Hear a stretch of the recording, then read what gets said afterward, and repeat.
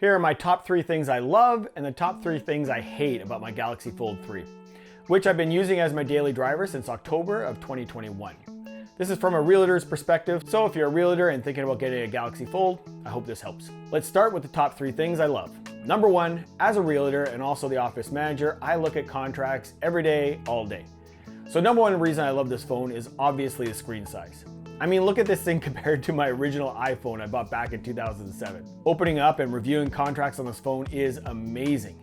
People who worry about the crease down the middle have nothing to worry about.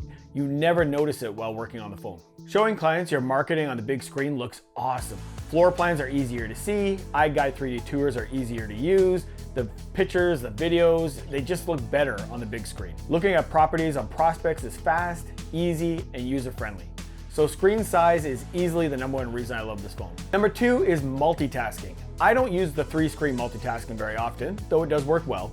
However, I often have 2 screens open at the same time and I use it daily. Having a contract open on one side and a calculator open on the other side, copy and pasting between 2 different programs is so much easier with multitasking. It's seamless, it works well, and is a great benefit.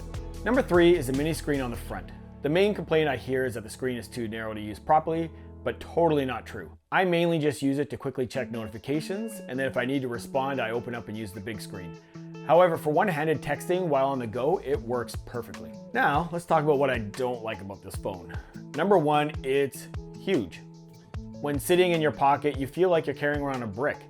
Doesn't matter what type of pants you're wearing, this phone does not travel well, especially in shorts. So if you're concerned about portability, this phone is not for you. Number 2 is battery life. While running around showing properties and working with sellers, it's a bit painful how quickly the battery life dies on this phone. Obviously, the big screen eats up a lot of power, so it's to be expected, but I find myself constantly plugging this phone in so I can get through my day. Finally, number 3 is how fragile the big screen is. I baby this phone, and even I've managed to poke a hole through the screen, and now this black dot has appeared.